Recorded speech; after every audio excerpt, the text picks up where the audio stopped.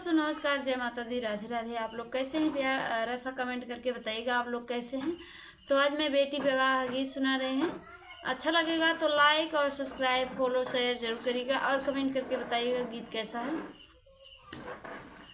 निबिया के डारी जिन काटायो मोरे बाबा, निबिया चिरैया के बसेर हो, निबिया चिरैया के बसेर हो। काटी जई है निबिया त उड़ी जई है चिराई, रही जई है निबिया अकेल हो, रही जई है निबिया अकेल हो। घर में से बोलेली बेटी कवन देई, नहीं बेटी होली पराया हो, नहीं बेटी होली पराया हो। चली जई है बेटी त सुन होई नगरी, रही जई है माई अकेल हो, रही जई है माई अकेल हो।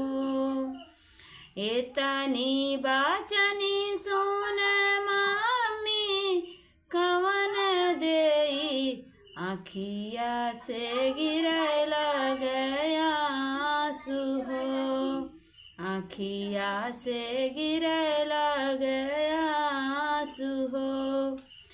चली जई है बेटी त सुन होई घरवा, रही जई है माई अकेल हो, रही जई है माई अकेल हो।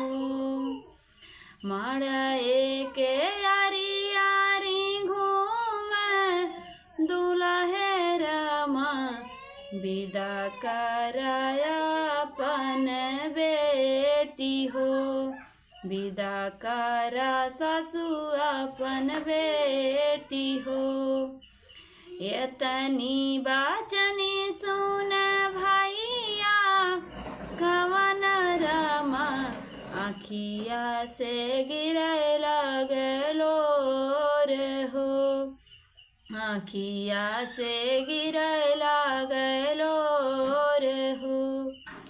जवनी बाहिनी संगे खेलले हम रहली, उह बहिनी जाली दूर देश हो, उह बहिनी जाली दूर देश हो। तो गीत अच्छा लगेगा तो एक लाइक और कमेंट करके बताइए गीत कैसा है।